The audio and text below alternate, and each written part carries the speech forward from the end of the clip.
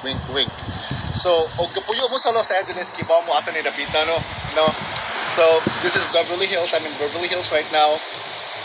Kibaw mo nga nung nagkagidlay, nagkagubot-gubot na karon ng mga Marcoses. Kaya nahitabo man gud ni Lisa, karon wala siya gipalupad, wala siya gipapauli sa Pilipinas. Kay ang building ako nakita karon, I'm not going to show it, but it is where Lisa Marcos o katong tag-iya Sarah Stansga stay dito sa Los Angeles, sa Beverly Hills. So ang nahitabo man gud ani gud kay si Lisa o kining lalaki nga tag-iya sa kanang di na ko i-mention nga tag-iya sa Rastans na overdose manggudi ni siya tigamit og drugas. Nya karon na overdose sa drugas. Ang foul play man gud ang ninahitabo kay gi-report nila 7 hours na later. Nganong kinanglan man sila maghuwat 7 hours later before nila gi-report nga namatay na dito ng gahi na.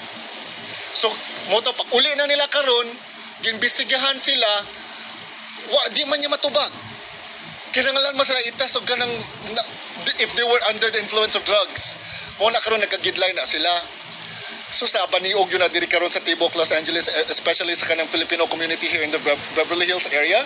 I just live a couple of blocks away from where it happened. So napaniog yun siya. So muna karon gaba na ninyo mga Marcoses, mga putang ina kamo. Ha? Dili mo mga uli. Tungod kay imo puros mo mga adik. Shabu pa more. Drugas pa more. Mao na, mga injectables pa more. Gaba na ninyo mga putang ina mo. Nga karon. So slipper ko kay ko kay digyo siya kauli. Detained guys. Detained si Lisa Marcos. Ha? Drug users, mga gago.